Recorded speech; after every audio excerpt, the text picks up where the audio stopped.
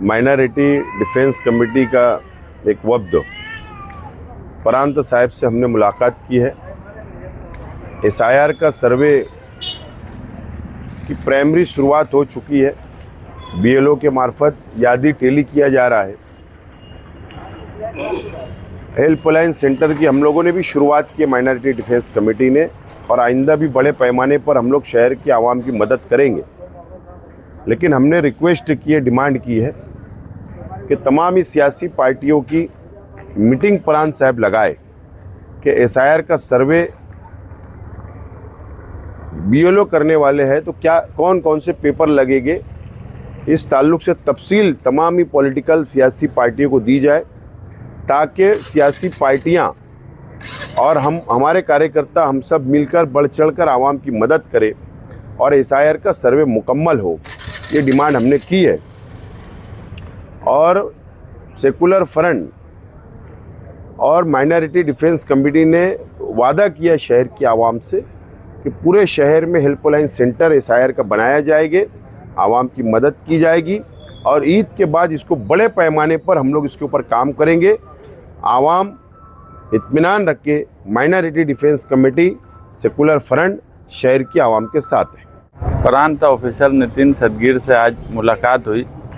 कल से जन्म दाखिला जो 3460 लोगों का बना था, उनमें बहुत बेइत्मीनानी थी कि उन लोगों का बीएलओस को बोलकर यादी में से, वोटर लिस्ट में से नाम कट करने वाले हैं। तो आज आसिफ साहब और हम लोग यहाँ आए और प्रांत ऑफिसर से बातचीत की।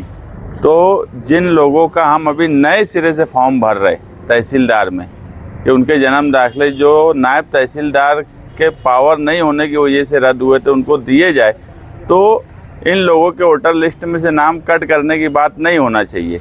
तो प्रांत साहब ने इत्मीनान दिलाया है कि किसी का नाम कट नहीं होगा। 60-70 लोगों के ऐसे नाम हैं जिनके सिर्फ हमको इंक्वायरी करना है कि वो है कि नहीं है।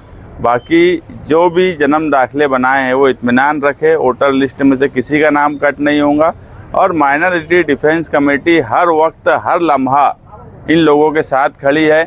वो कारपोरेशन में किसी मामले में ठहराव का सवाल हो, हाई कोर्ट में बेल का सवाल हो, या वोटर लिस्ट में इनके नाम कट करने का सवाल हो, हम हर तरह से जन्म दाखिले के सवाल पर जिनके साथ नाइंसाफ़ी हुई है उनको इंसाफ दिलाने के लिए आखिरी लड़ाई तक हम उनके साथ लड़ते रहेंगे। एसआईआर में उनकी अलग से जांच क्यों होने वाली है? नहीं, एसआईआर में तो सबकी जांच होने वाली है। उस जांच में हमने बोला एसआईआर में जब सबकी जांच होंगी तो उनकी भी जांच होंगी, तो कोई अलग से जांच होने का सवाल नहीं है। जनरल जांच जो सब वोटर्स की होने वाली है उसमें वो भी शामिल रहेंगे, मेरी भी होंगी, आसिफ साहब की भी होंगी, अतर चच्चा की भी होंगी, वैसे ही उनकी भी होंगी। देखिए, आज महिला बाल विकास चेयरमैन चुनाव था। हमारी पार्टी के प्रमुख ने हमें ये अवसर दिया और हमें तरजीह दी कि महिला बाल विकास चेयरमैन के लिए हमने फॉर्म भरा और अल्लाह के रहम करम से हम बिन विरोध आज कामयाब हुए। कामयाब होने के बाद, महिला बाल विकास चेयरमैन बनने के बाद, मेरी ये सबसे पहले तो आपको बोलूँ कि मेरी ये दूसरी टर्म है। तजुर्बा तो अल्हम्दुलिल्लाह मुझे पहले की तरह है, क्योंकि मेरी 2 टर्म मेयरशिप गुजरी, उसके बाद महिला बाल विकास चेयरमैन की भी दूसरी टर्म है। आने वाले दिनों में मैं महिला बाल विकास से जितनी योजनाएं हैं उन योजनाओं पर मैं काम करूंगी और ज़्यादातर ख़वातीन के लिए काम करना है। ख़वातीन के लिए काम करना है।